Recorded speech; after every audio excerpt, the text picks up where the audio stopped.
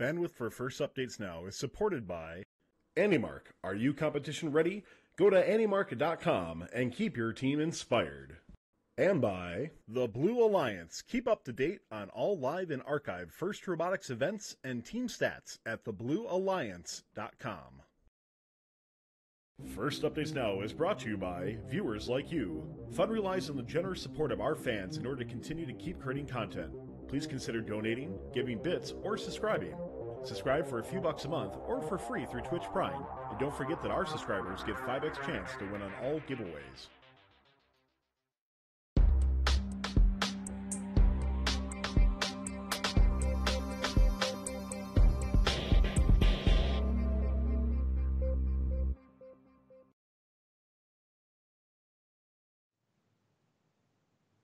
This week on Any Way You Want It, we'll have the first MAR event finally, a few New England districts, and we'll preview this week's top 25 and week 3 action in the Northeast.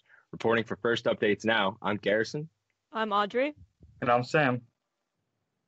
Libby has the night off, so I'm going to go ahead and kick us off with the MAR Mount Olive event.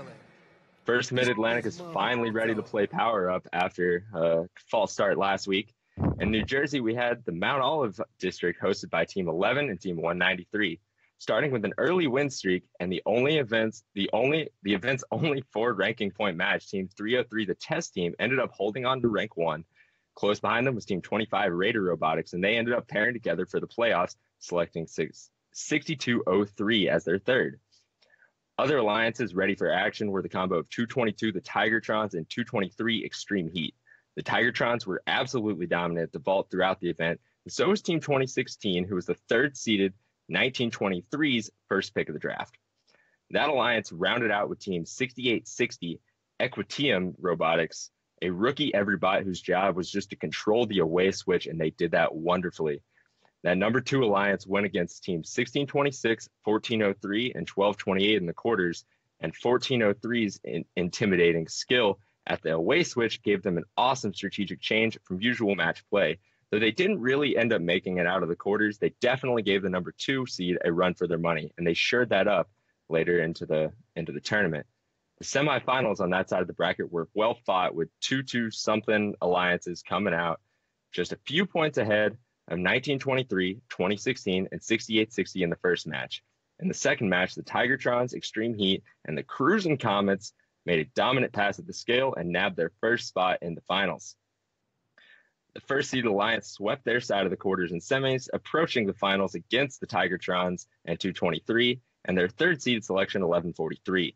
Finals at Mount Olive ended up being really exciting. So many matches have been blowouts, but these were actually finally close. They fought all in the center of the field as a huge scale battle. Finals 2 at the Mount Olive was a true nail-biter. The scale back and forth seemed like every couple of seconds. So many lead changes.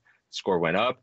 Finally, 310-308 in favor of the number 1 alliance, giving the win to Team 25, 303, and 6203.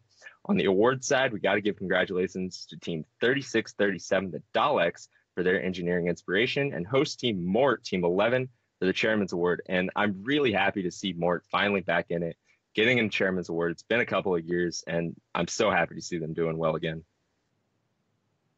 All right, so I'm going to move over to the Waterbury District in Waterbury, Connecticut, where we had 34 teams take to the Willoughby High School gym to show off what their robots could do. Our team, 3314, the Mechanical Mustangs, looked to take that first seed for much of the event, aided by their back forklift face the boss ranking points, but was overtaken by Team 230, the Galehawks, who went undefeated through the entire event. I just got to say hats off to 230 for this event. All through the event, they had really smart match play, usually going for the scale, but once they secured that, they would trade off for any other position on the field. Just really great work all around. From the first seed, they selected Team 176, Aces High, to the first seed. Rounding off the first seed would be Vault Specialist, Team 5129, the Digital Devils. This first seed powered through eliminations, holding the scale for the entire match through quarters and semis. In fact, there were only 3 matchups where the scale was contested: the semifinal 3 versus 2, the finals 1 versus 3, and most notably the 3 versus 6 matchup, where we saw a bunch of back and forth movement between the Bobcats 177 and the Power Alliance of 181 and 1699. This series of 3 versus 6 had some interesting insights into the game as it had been played so far. Most notably the fact that the power-ups, when played correctly, can really turn the tide of a match. We'll be seeing more of that evolution as the game continues evolving through the next few weeks, but this was really our first peek into some later gameplay in the New England District. It would be this third seed alliance that faced the first seed in finals, but in two very close matches, it would go to the first seed with the undefeated Galehawks, Team 176 and Team 5129. Congratulations also to Team 558 with their 7th Chairman's Award, and to Team 4557 with their 3rd Engineering Inspiration.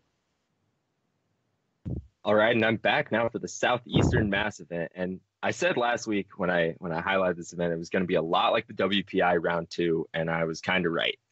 We're starting to see a lot of patterns and trends emerge, and specifically the scale bots are going to seed highest, especially when you don't have a lot of climbing available. This event had 0 face the boss attempts, so the RP cap is lower, and that's how you saw teams 58, 78, 88, and 2168 all rise to the top. Yeah, they were also able to control the switches, but that was secondary to the scale in most of the matches. And then also, we really noticed you're not likely to win an elims match if you don't put pressure on your opponent's switch. It's why it's so important to have that strong third robot. Even if they're not the ones putting the pressure on it, it allows your top robots to be more dynamic. And that's what 88 took advantage of, as I'll talk about in just a second. In elims, we saw Team 78 Airstrike pairing up again as the first overall seed with a great scale bot, 58, the Riot Crew. The Riot Crew put all doubts after their week 0 performance to rest. They came out with their prototype bot in week 0, kind of fell apart. Their intake arms fell off multiple times. That is not what we saw this week at all. They came out, they started first, they ended first. They were spectacular this weekend. But after getting passed up by the Riot Crew and for 78, Team 88, TJ Squared, picked the Aluminum Falcons, Team 2168, with their first pack, and then closed out the alliance selection with Team 121, the Road Warriors. Playoffs were pretty much as standard as you can get, as the higher seed won every match except for one.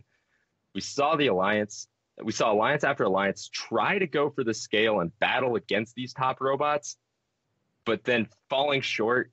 And they wasted so much time on the scale that they lost control of that. And then that kept snowballing later.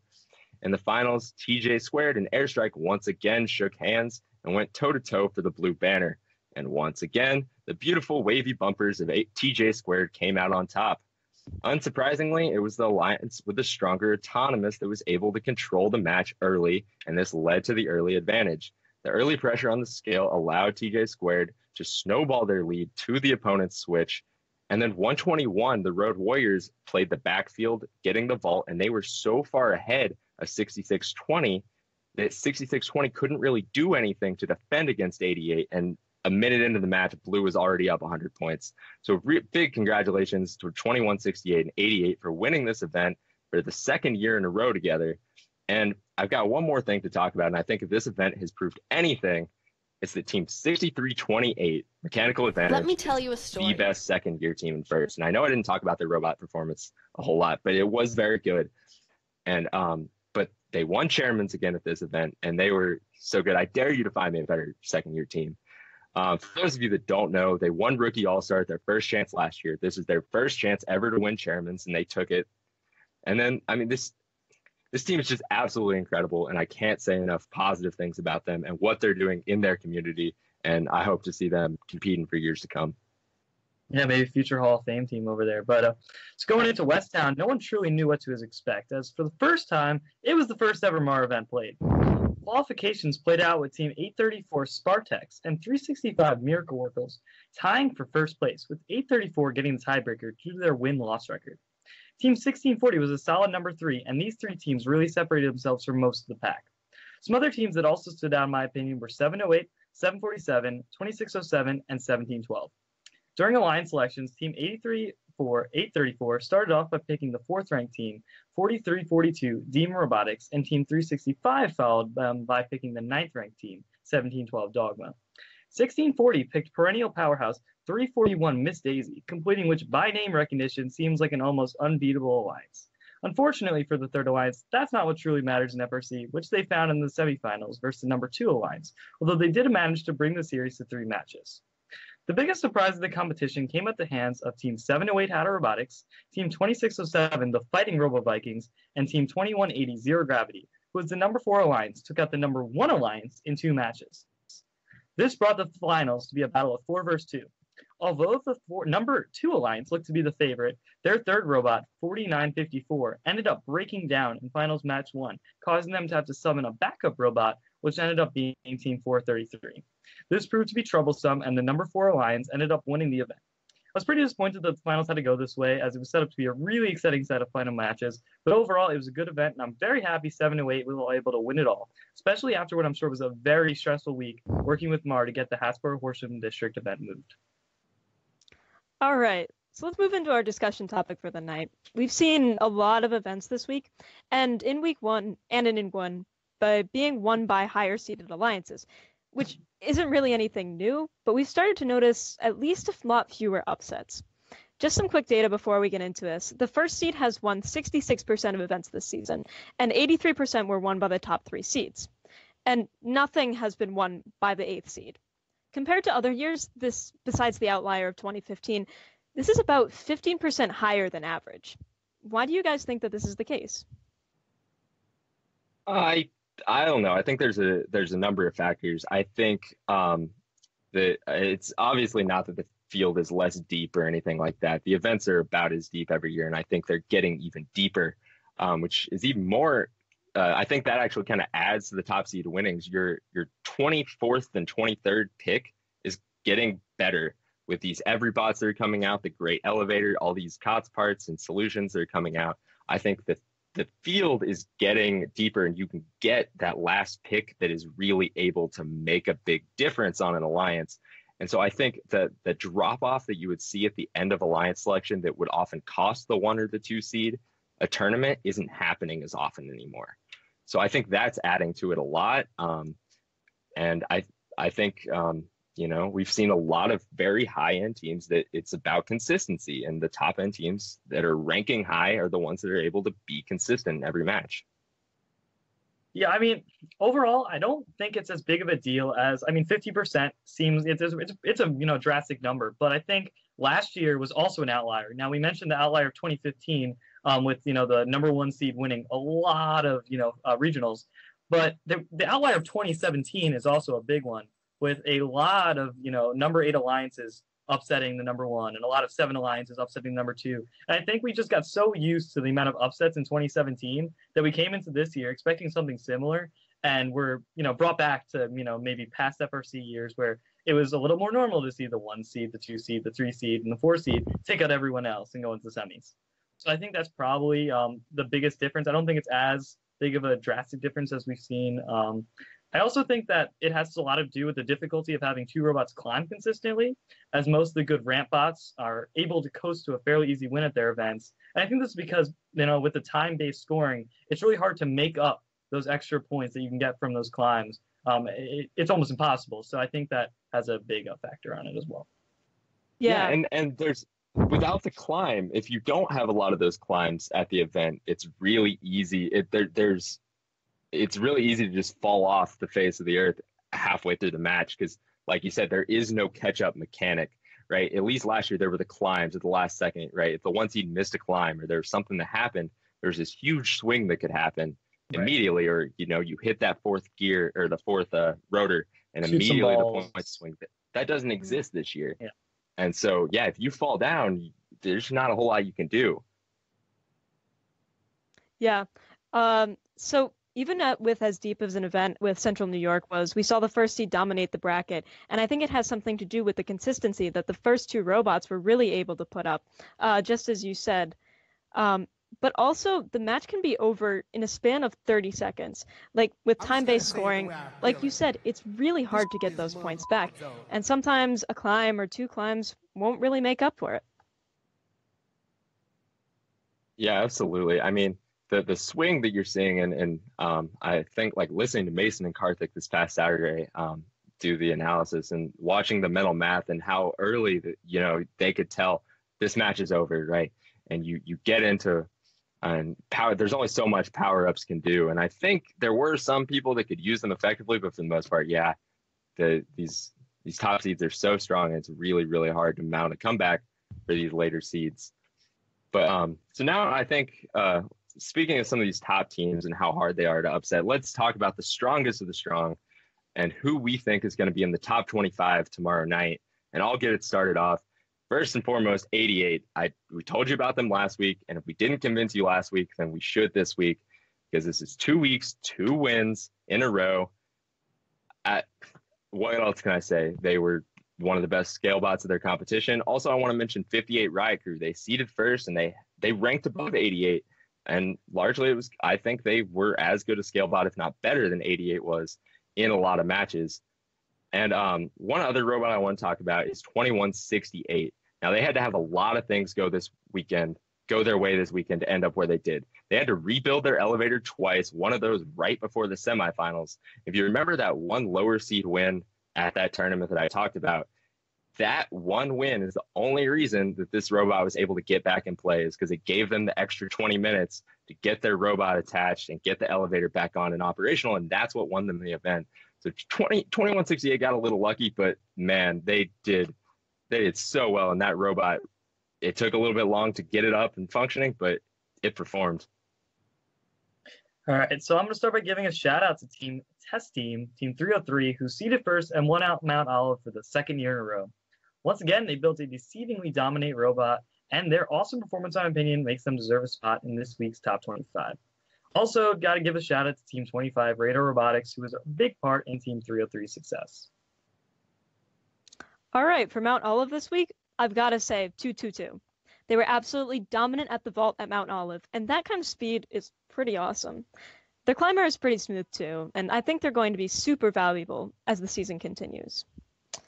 Moving over to our Northeast District, we've got 230, the Galehawks.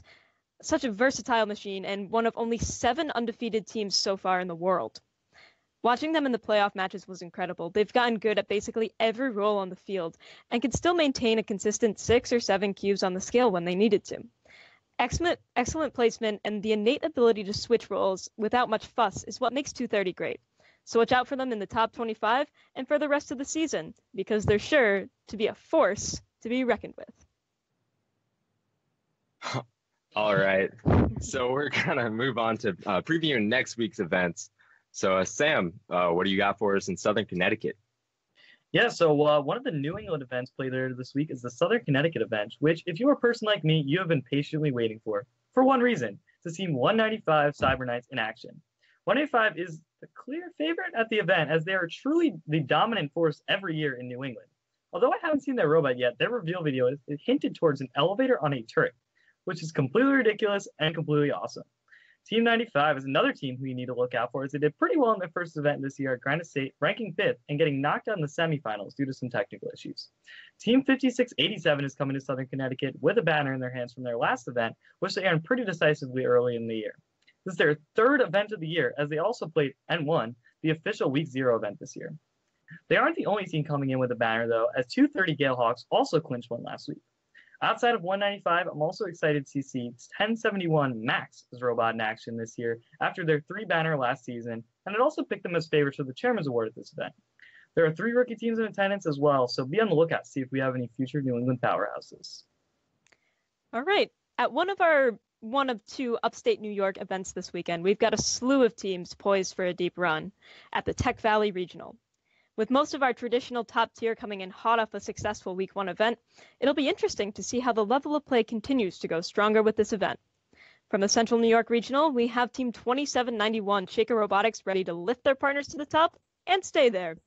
They crushed the Central New York event Week 1, ranked 11th on our top 25 here, and have kept up the practice pace ever since.